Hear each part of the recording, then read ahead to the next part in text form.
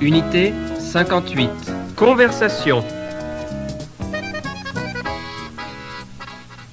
Écoutez. 1. Un des points les plus importants du programme de cette année est l'hygiène alimentaire. 2. Tout d'abord, il faut connaître les besoins de l'organisme et les moyens de les satisfaire. 3. Les besoins de l'organisme se présentent sous deux aspects. 4. Nous verrons quels sont nos besoins quantitatifs et nos besoins qualitatifs. Répondez, répétez. 5. Quel est le point le plus important du programme de cette année?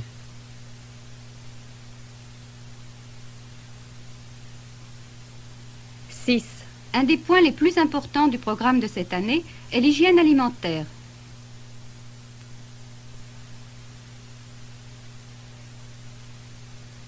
7.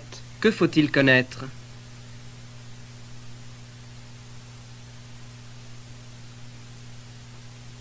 8. Tout d'abord, il faut connaître les besoins de l'organisme et les moyens de les satisfaire.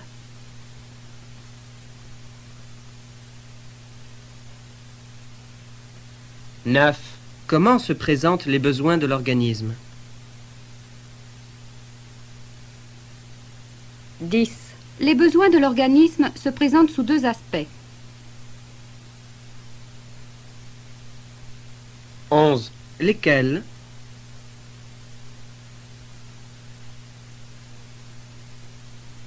12. Nous verrons quels sont nos besoins quantitatifs et nos besoins qualitatifs.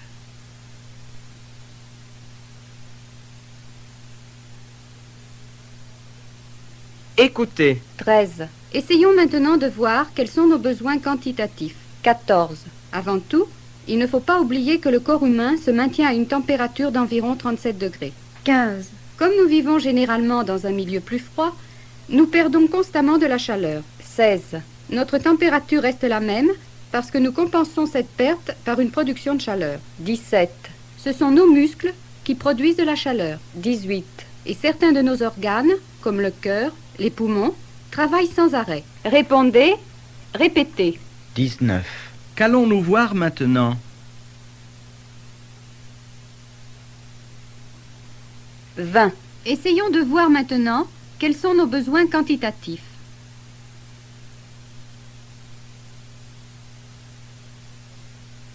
21. De quelle considération faut-il partir?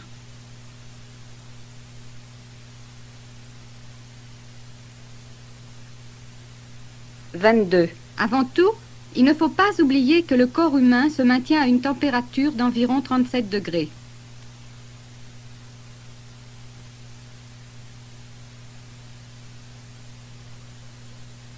23. Pourquoi perdons-nous constamment de la chaleur?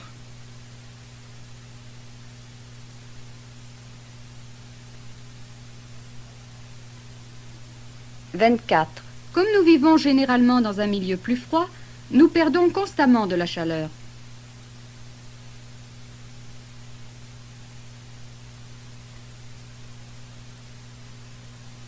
25. Comment notre température se maintient-elle?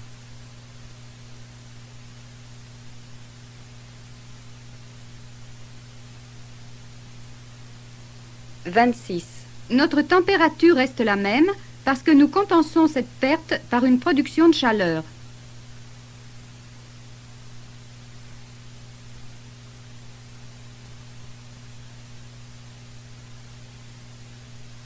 27. D'où vient cette chaleur? 28. Ce sont nos muscles qui produisent de la chaleur. 29. Mais nos muscles ne travaillent pas tout le temps.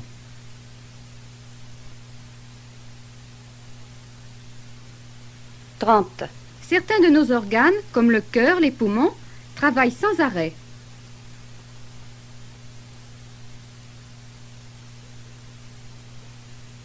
'Écoutez. 31. Les biologistes expriment les besoins de l'organisme en calories. 32. La calorie est la quantité de chaleur nécessaire pour élever d'1 degré la température d'un gramme d'eau. 33. Un adulte, se livrant à un travail musculaire léger, dépense environ 2400 calories par jour. 34. Des expériences ont montré que 1 gramme de glucides apporte à l'organisme 4 calories. 35. 1 gramme de protides, 4 calories. 1 gramme de lipides, 9 calories. 36. L'organisme a besoin de ces 3 types d'aliments. 37. Il ne peut vivre avec une seule de ces substances. 38. Il y a donc un problème qualitatif qui se pose. Répondez, répétez. 39. Comment les biologistes expriment-ils les besoins de l'organisme? 40. Les biologistes expriment les besoins de l'organisme en calories.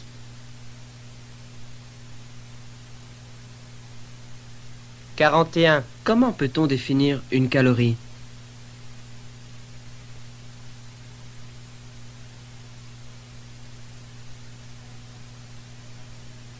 42. La calorie est la quantité de chaleur nécessaire pour élever d'1 degré la température d'un gramme d'eau.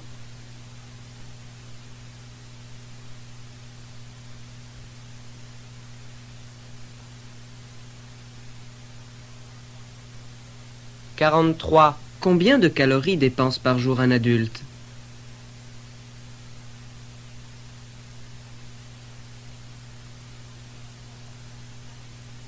44. Un adulte se livrant à un travail musculaire léger dépense environ 2400 calories par jour.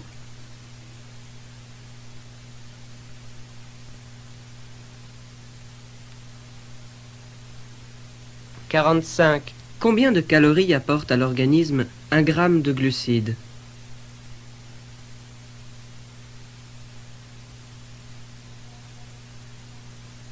46. Des expériences ont montré que 1 gramme de glucides apporte à l'organisme 4 calories.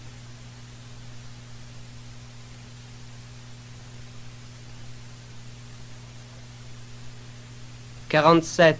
Combien de calories apporte à l'organisme 1 gramme de protides et 1 gramme de lipides?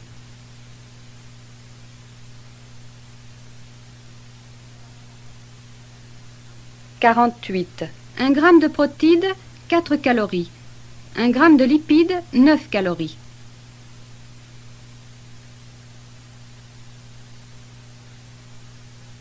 49. Ces 3 types d'aliments sont nécessaires à l'organisme?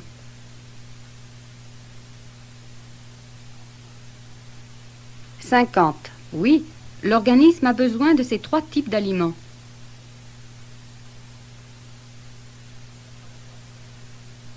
51. Peut-il vivre avec une seule de ces substances?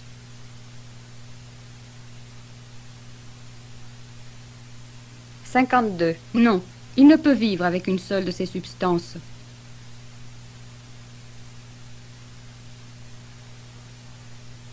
53. Quel problème se pose alors?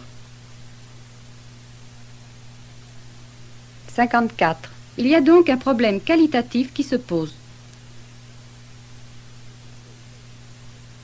Écoutez. 55. Selon l'âge de l'individu, les besoins sont différents. 56.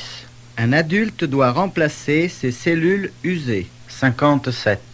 Un enfant doit fabriquer de nouveaux tissus. 58.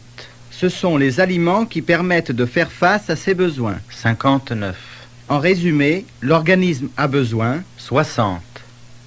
premièrement, d'aliments dits énergétiques, c'est-à-dire qui produisent de l'énergie. 61. Deuxièmement, d'aliments dits plastiques, c'est-à-dire qui servent à la construction et à la réparation des tissus. 62. Troisièmement, de vitamines, c'est-à-dire de substances indispensables à l'organisme. 63. Et enfin, d'autant d'eau qu'il en perd par la sueur et l'urine. 64. Donc, une alimentation variée et équilibrée est indispensable. Répondez, répétez. 65. En fonction de quoi varient les besoins? 66. Selon l'âge de l'individu, les besoins sont différents. 67. Quels sont les besoins d'un adulte? 68. Un adulte doit remplacer ses cellules usées.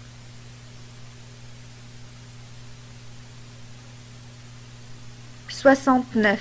Au contraire, de quoi a besoin un enfant? 70. Un enfant doit fabriquer de nouveaux tissus. 71. Qu'est-ce qui permet de faire face à ses besoins? 72. Ce sont les aliments qui permettent de faire face à ses besoins.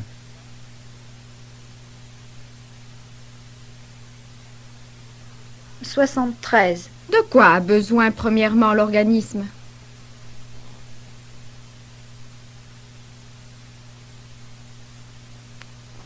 74. Premièrement, l'organisme a besoin d'aliments dits énergétiques, c'est-à-dire qui produisent de l'énergie.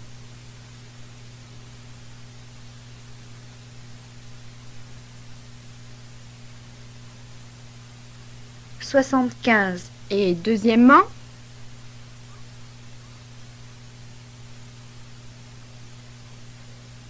76. Deuxièmement, d'aliments dits plastiques, c'est-à-dire qui servent à la construction et à la réparation des tissus.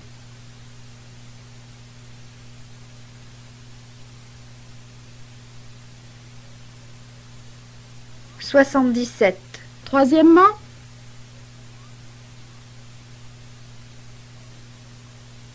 78. Troisièmement, de vitamines, c'est-à-dire de substances indispensables à l'organisme.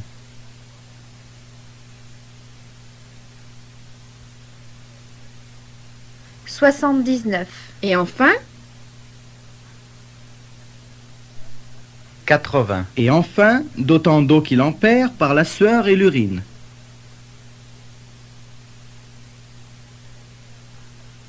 81. À quelle conclusion arrivons-nous? 82. Donc, une alimentation variée et équilibrée est indispensable. Écoutez, 83. Une bonne alimentation est celle qui fournit toutes les substances que nous avons énumérées. 84. Les glucides sont un composant de la matière vivante formé d'hydrogène, de carbone et d'oxygène. 85. Ils se trouvent dans le pain, le riz, les légumes secs, les pommes de terre, les confitures. 86. Les lipides sont des corps gras insolubles dans l'eau. 87. Ils nous sont fournis par les corps gras d'origine animale ou végétale. 88. Les protides sont des substances organiques azotées. 89. La viande, le poisson, les œufs, le lait, les céréales sont riches en protides. 90.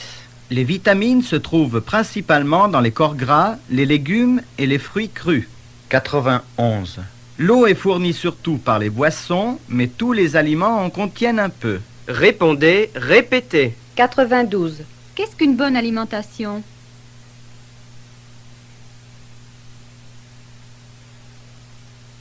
93. Une bonne alimentation est celle qui fournit toutes les substances que nous avons énumérées.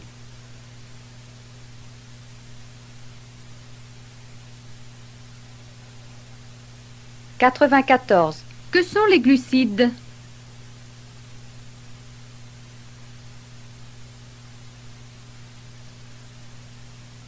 95. Les glucides sont un composant de la matière vivante formé d'hydrogène, de carbone et d'oxygène.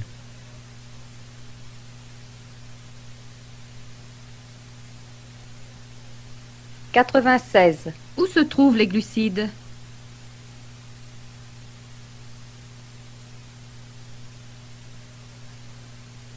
97.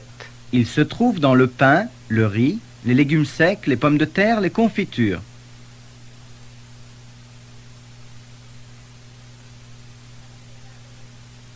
98. Que sont les lipides? 99. Les lipides sont des corps gras insolubles dans l'eau. 100. Par quoi nous sont-ils fournis?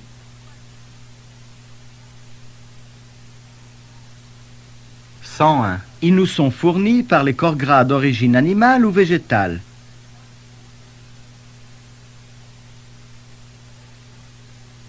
102. Que sont les protides?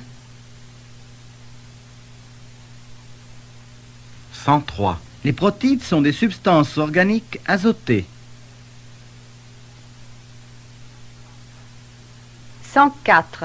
Quels sont les aliments riches en protides?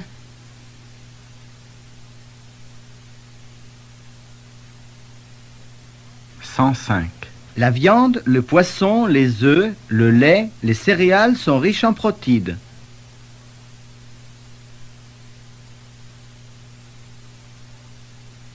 106.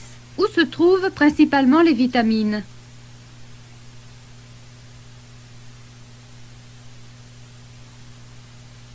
107. Les vitamines se trouvent principalement dans les corps gras, les légumes et les fruits crus.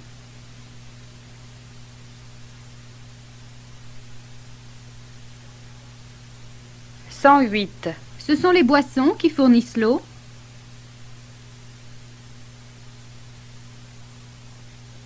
109. L'eau est fournie surtout par les boissons, mais tous les aliments en contiennent un peu.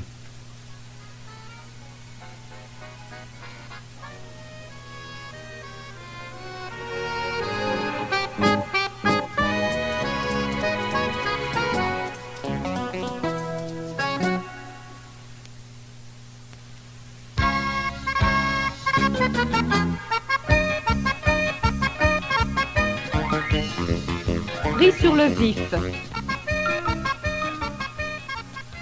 Écoutez. Marie, dis-moi comment on peut classer les différents types d'eau. On distingue les os longs, les os plats et les os courts. Peux-tu me donner un exemple d'os long? Un os long, c'est par exemple le fémur. Répétez. Marie, dis-moi comment on peut classer les différents types d'eau.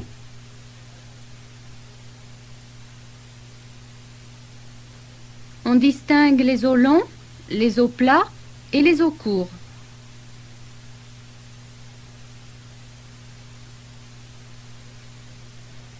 Peux-tu me donner un exemple d'os long? Un os long, c'est par exemple le fémur.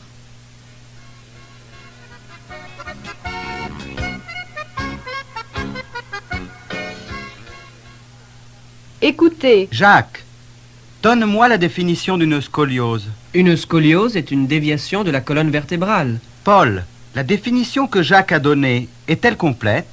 Non, il aurait dû préciser que c'est une déviation transversale. Répétez. Jacques, donne-moi la définition d'une scoliose. Une scoliose est une déviation de la colonne vertébrale. Paul, la définition que Jacques a donnée est-elle complète? Non, il aurait dû préciser que c'est une déviation transversale.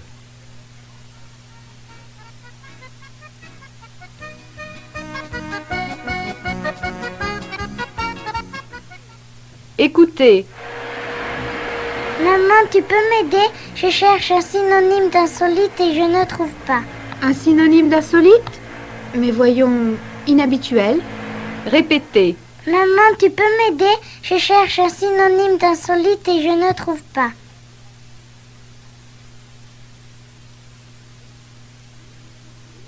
Un synonyme d'insolite? Mais voyons, inhabituel.